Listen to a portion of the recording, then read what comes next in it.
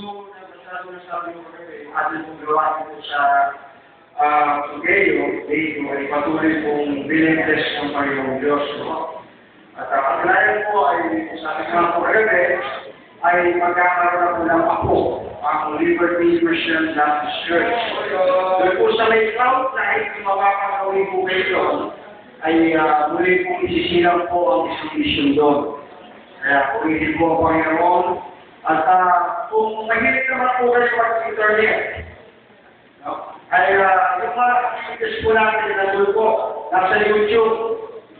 Hindi sa telescope pa sa YouTube. Diba yan sa YouTube? Sa YouTube. Pagkahan ko na po ito, na po ito. Lahat po sa...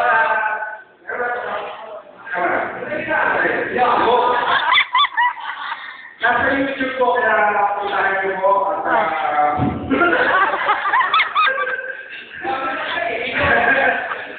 Okay, so nandun po lahat po ng aking mga activities.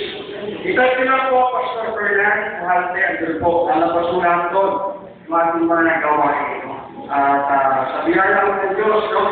At dahil po yan sa mga kamay na tumutulong, matulad ko. Na walang sawang tumutulong.